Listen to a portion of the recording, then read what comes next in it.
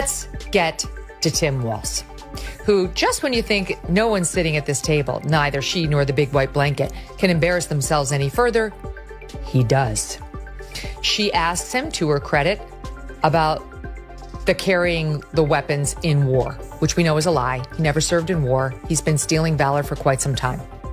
And one that I will point out that I think is really important, really came at the very end of the debate, that I wish the moderators, had they been fair and neutral, that they would have focused on, because it is a very serious issue that we're facing, which is censorship under Kamala Harris that we've seen over the last 4 years. We have hard evidence that this has been taking place.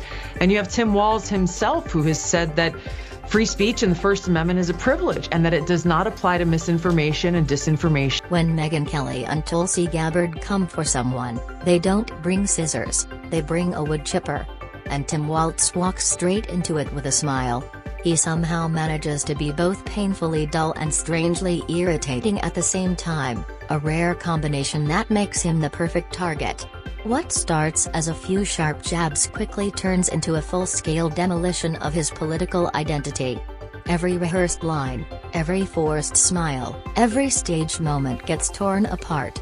By the end, he doesn't look like a governor, more like a confused substitute teacher who wandered into the wrong building. And trust me, moments like this don't come around often. The media has zero interest in not one, not two, not three, but 4 vets who actually served with Tim Walz coming forward to say he's a coward and he abandoned them at their greatest moment of need. Zero coverage from New York Times and CNN and Washington Post. But this scuffle over whether Trump inappropriately took pictures at a place Joe Biden's already taken pictures and released them as campaign efforts, that's dominated the news media now. Tim Walz has a very specific, deeply useless gift. He can speak for 45 minutes and leave everyone unsure what he actually said. He's mastered the art of saying a lot while meaning nothing. That's why Kelly and Gabbard don't even need to exaggerate, they just hold up a mirror. He tries to present himself as a grounded Midwestern everyman, but without the charm. Instead, he comes off as a strange mix of confidence and cluelessness. You said you carried weapons in war, but you've never deployed in a war zone. A campaign official of yours said you misspoke. Did you? Well, I'm proud, incredibly proud of my record. He keeps doing this. Equally proud of my service in the classroom. Did I mention I was a teacher and a coach, an assistant coach? Okay, whatever. But he's more stolen valor. In the classroom, I'm in the classroom. My record speaks for itself. It doesn't, actually. You've put a lot of lies into that record that you've been called out on by service personnel. You must clarify. Both he and President Trump are listening to the American people.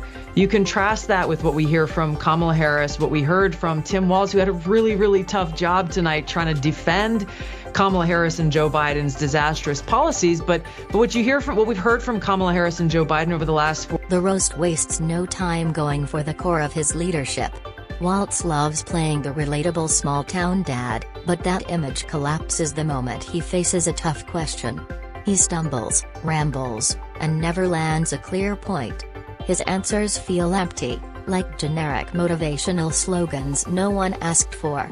Kelly nails it, saying his speeches feel less like strategy and more like a dull PTA meeting everyone mentally checked out of. Vetted Tim Walz hard back in 2018 when he was trying to elevate from congressman to governor, and he did it successfully. And here's the headline: former National Guardsman, Tim Walz is misleading the public about his time in service. I'm going to read you some excerpts.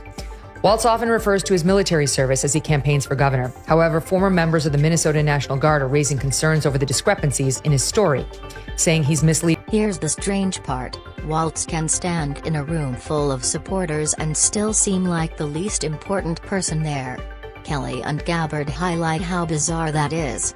How does someone so average rise in politics and start believing they're destined for something bigger?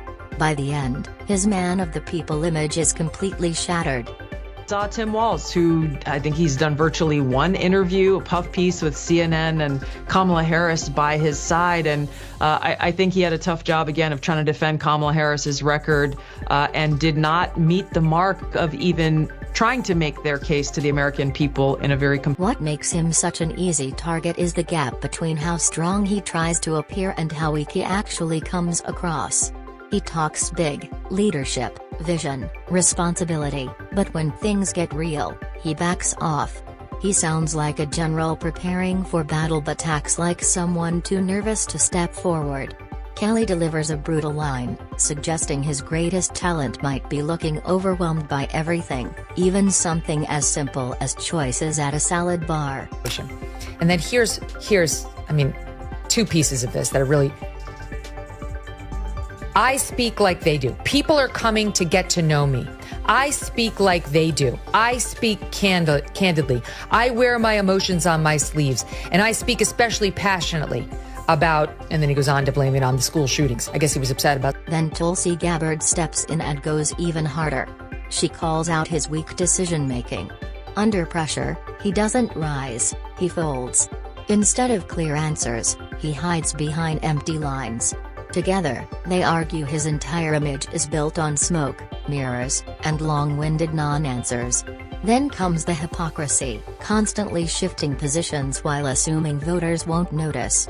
That stood out to me that Tim Walz was talking about how now is a time where we need Kamala Harris's steady hand of leadership, and especially with what we're seeing happening in the Middle East today, he threw out a lot of words that tried to distract away from Kamala Harris's record.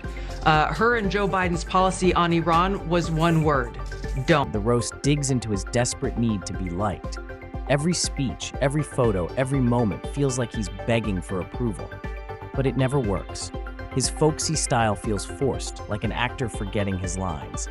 Kelly makes it clear: authenticity can't be faked. Gabbard goes deeper, exposing the fragility underneath. He twists and dodges questions so much that by the end, no one remembers what was asked, only that he never answered. Utterly incompetent. Look how he handled his own National Guard during the. Well, he said there was a reason for that. There's a reason he didn't deploy them, and we'll show you that soundbite too. He's got strong thoughts about how the National Guard should be deployed, and I guess he didn't think they were appropriate to go out the first couple of nights. We'll say soundbite 5. He didn't think that they were appropriate to go out the first couple of nights of Minneapolis burning post George Floyd. The mayor knew what he was asking for. He wanted the National Guard, and what does that mean? I think to the mayor, yes, I think it's a perception. I'm certainly not questioning that. I think the mayor said, I request the National Guard. Ooh, I'm out. This is great. We're going to have massively trained troops. No, you're going to have 19-year-olds who are cooked. Then they hit his inflated ego. Somehow, Walz sees himself as a major national figure. Kelly mocks this hard, comparing it to a local manager thinking he's Elon Musk. Gabbard points out real leadership isn't about claiming greatness. It's about making tough decisions. Instead, Walz drains energy from every room he enters. I do want to talk about Tim Walz because, my God, my very first story at Fox News, very young cub reporter, was Swift Boat Veterans for Truth coming after John Kerry and his misrepresentations about his military service. Tim Walz has a Swift Boat problem of his own. If you look back at Alpha News, and this is a great news organization, we had them on when they did the documentary about the trial of Derek Chauvin and the smear job by so many against him. I'm not defending, that tape. I'm just saying if you actually watch this documentary, you'll be horrified at what was done to Chauvin by the official. The final blows hit hard. Walz wants to be remembered as a great leader, but after this, he looks more like a punchline. He keeps trying to appear calm, but the moment pressure hits, the act falls apart. His tone shifts, his frustration shows, and the carefully built image crumbles instantly. Saying you speak like we do. I speak like regular people. What kind of bullshit is that? No, you don't, sir. We don't lie about military service we didn't actually perform, like going to war. We don't steal valor by saying that we had a higher rank in the National Guard than we did. We don't run around saying we served in operating Enduring Freedom in Afghanistan when we didn't. We don't stand and watch somebody say that we were in combat in Iraq. Kelly tears into his recycled talking points, saying he sounds like a motivational podcast that ran out of ideas. Gabbard points out his biggest flaw: he confuses politeness with admiration. He thinks people are impressed when they're really just tolerating him. Continues for Tim Walz on the disastrous performance he delivered, in particular when it comes to his self-described knuckle-headed behavior, which was just his latest in a series of lies. The reason he resorted to, I'm a knucklehead, was he got confronted with his latest lie that's been unearthed. There's a long list of them. This one was that he was in China when the Tiananmen Square disaster unfolded, when hundreds of people were killed. You know, whether you were in a place where hundreds of people are being massacred by their government when it happens. But he continues to try to say, like, oh, gee, I was just kind of confused. You know, that happened in May and I was there in August. The final hit lands hard. Kelly jokes he'd spend months deciding what pizza to order and still be too late. Gabbard delivers the knockout. Leaders who can't make decisions aren't leaders at all. By the end, Walz is left standing in the ruins of his own image. He wanted to be seen as a powerful figure instead. He becomes the guy who got